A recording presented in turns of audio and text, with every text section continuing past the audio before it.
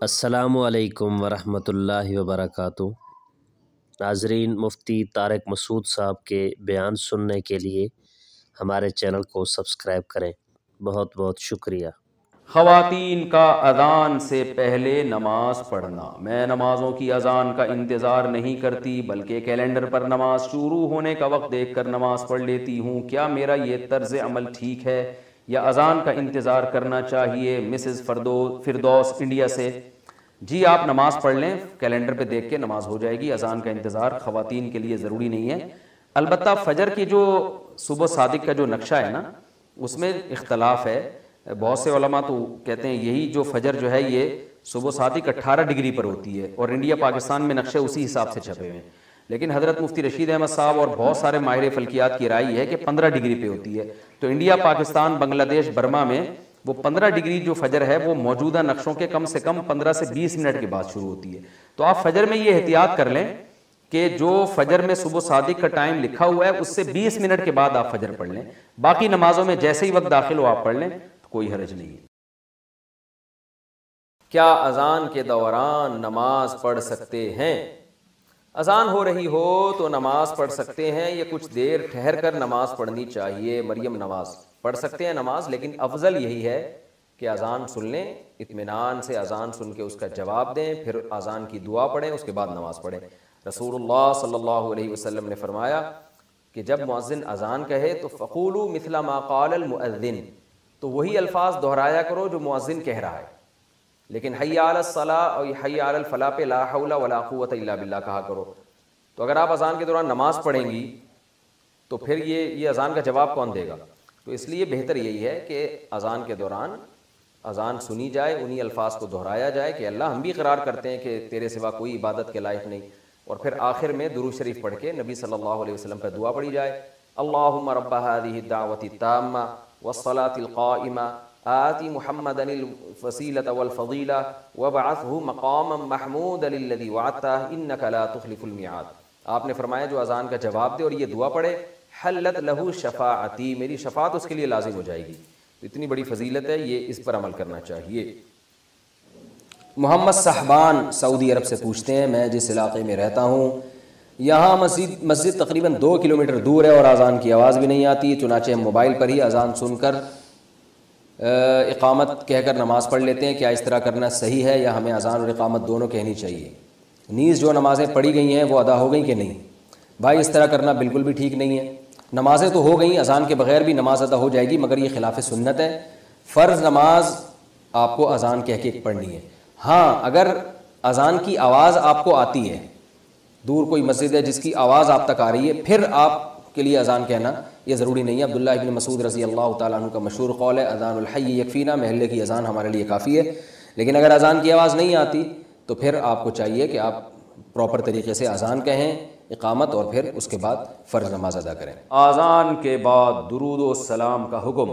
ہمارے گاؤں میں اذان سے پہلے اور اذان کے بعد صلاۃ و السلام پڑھا جاتا ہے، کیا یہ صحیح ہے؟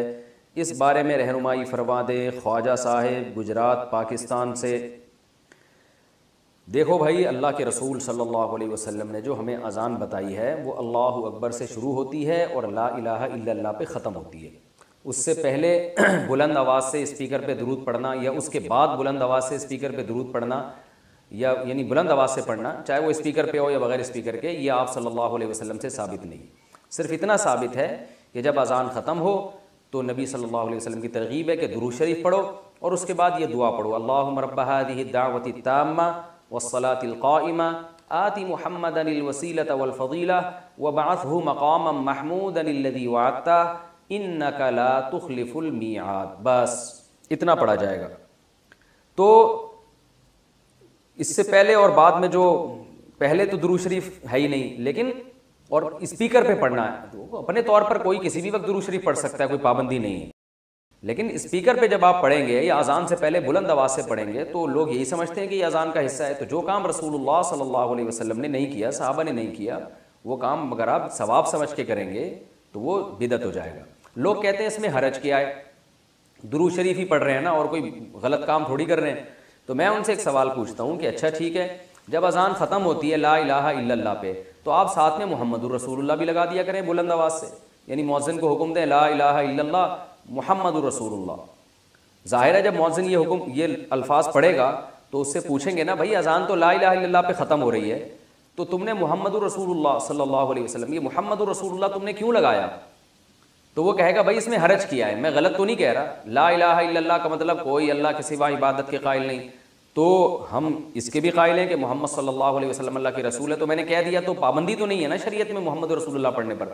ہم کہیں گے واقعی محمد رسول اللہ پڑھنے پر پابندی نہیں ہے بلکہ ترغیب ہے، لیکن اس موقع پہ نہیں ہے، اس کے علاوہ کسی اور موقع پہ آپ پڑھیں. تو یاد رکھیں جیسے اذان جہاں ختم ہو رہی ہے لا الہ الا اللہ پہ، تو ختم کرنے میں جب ہم قرآن و سنت کو فالو کر رہے ہیں تو اذان جہاں سے شروع ہوتی ہے تو شروع کرنے میں فالو کیوں نہیں کرتے، اس میں اپنی طرف سے کیوں ہم نے درود شریف بڑھا دیا ہے؟ تو اس لیے یہ عمل غلط ہے، اس سے اجتناب کرنا چاہیے. نماز کے ممنوع اوقات کون کون سے ہیں؟ نفل نماز کے ممنوع اوقات کون کون سے ہیں؟ طاہر انصاری فرانس سے. دیکھیں نماز کے جو ممنوع اوقات ہیں، ایک تو یہ ہے کہ سورج کا ذرا سا کنارہ نکل جائے، یعنی جب فجر کی نماز قضا ہوتی ہے نا جس ٹائم پہ سورج ذرا سا نکل جائے تو اب مکروہ وقت شروع ہو گیا، جب تک کہ وہ ایک نیزے تک نہیں پہنچ جاتا، یعنی اس اتنا بلند نہ ہو جائے کہ اس کی میں جو ہے نا تھوڑی سی چمک پیدا ہو جائے، جو پاکستان اور ہندوستان میں تقریباً 15 سے 20 منٹ کا ٹائم ہوتا ہے یہ، اور دوسرے ملکوں میں زیادہ بھی ہو سکتا ہے، ناروے میں ہو سکتا ہے بہت ہی زیادہ ہو، لیکن وہاں کے حکام الگ ہیں. تو یعنی سورج میں تھوڑی سی تیزی پیدا ہو جائے تو اس وقت پھر آپ نماز پڑھ سکتے ہیں.